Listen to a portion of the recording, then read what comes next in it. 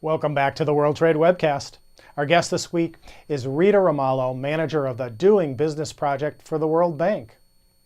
Rita, today let's focus on where regulations are the most and least business friendly and what that means for anyone doing business globally. Mm-hmm. So we do have a ranking, a classification across the 189 economies that we cover. And the number one economy is Singapore. So the place that across the 10 areas that we measure, when we aggregate them into the ranking, Singapore is the place where it's easier to do business. But there are other places where it's almost as easy, at least according to our measures. So in the top 10, we have places like New Zealand, Hong Kong, the US, for instance, Korea. So there's places across the United Kingdom, for instance, too. So there are places across the globe where it is easy to do business. There are others where it's also complicated. So at the bottom of the list, we have places like Eritrea, Syria, so which are places that the regulations in place or also the conflict situation that may be also occurring make it harder for people to start a business and operate a business. So there is a wide spectrum of regulations and a wide variation across countries. However, there are certain areas where, because we've been collecting this information for close to 10 years now, and in some indicators even more than 10 years, we see there is a convergence. So countries where it's harder to do business are the ones that are actually improving more over time, converging to the ones that where it's easier and more simplified. And one of the areas where we see a highest degree of conversion is in starting a business, where the average time has dropped significantly over the past 10 years and narrowed the gap substantially over time. But in other areas, normally things like functioning of the courts, either to resolve a commercial dispute or to solve an insolvency case, it's where there's still a wide dispersion and there's still a lot of work to be done. In terms of what does this mean for people doing business globally, our focus is mainly on domestic firms. However, this information can also be used by international firms so they can have a sense of what their clients or suppliers have to face on the ground, because oftentimes international firms also have to deal with the domestic firms that could be either their clients or suppliers or partners in different areas.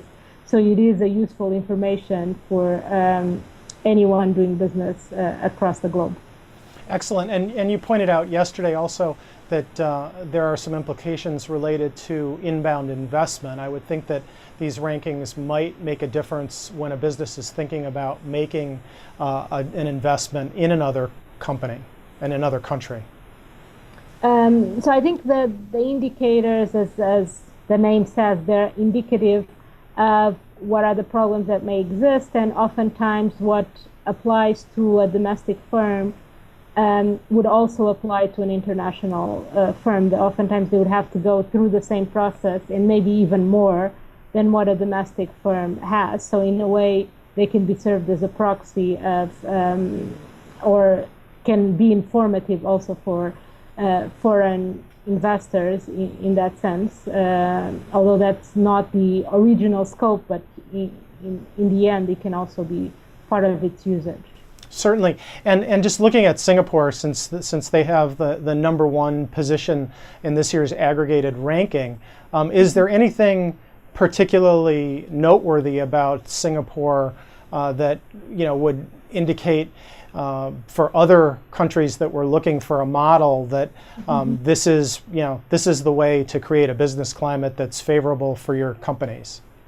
I think Singapore has two characteristics that are quite important and make them number one. And I think any country or economy in the top 10 has that characteristic. One is that they use as much as possible digital technology, internet, online services to deal with businesses. So you can start up a company online, or you can also get a lot of the information you need to transfer property online. For the import and export, you can submit documents online. So they use technology to make things efficient and faster and cheaper.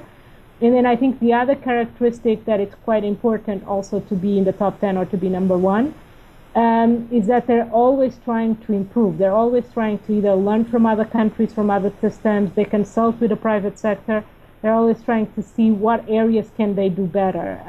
So they don't stop and assume that just because they're number one, they'll be there forever and that there's no room for improvement. They're constantly trying to do better. And that's not just in Singapore, but I think throughout the countries on the top 10, we do see that type of trend and tendency to actually always trying to understand where they can improve and what can they do better. Very good. And again, for those of you that are interested in more details about the report, visit the World Bank's website. The URL is on the screen. And that's all the time we have today. But please join us again tomorrow as we continue our discussion with Rita about the World Bank's Doing Business 2015 report.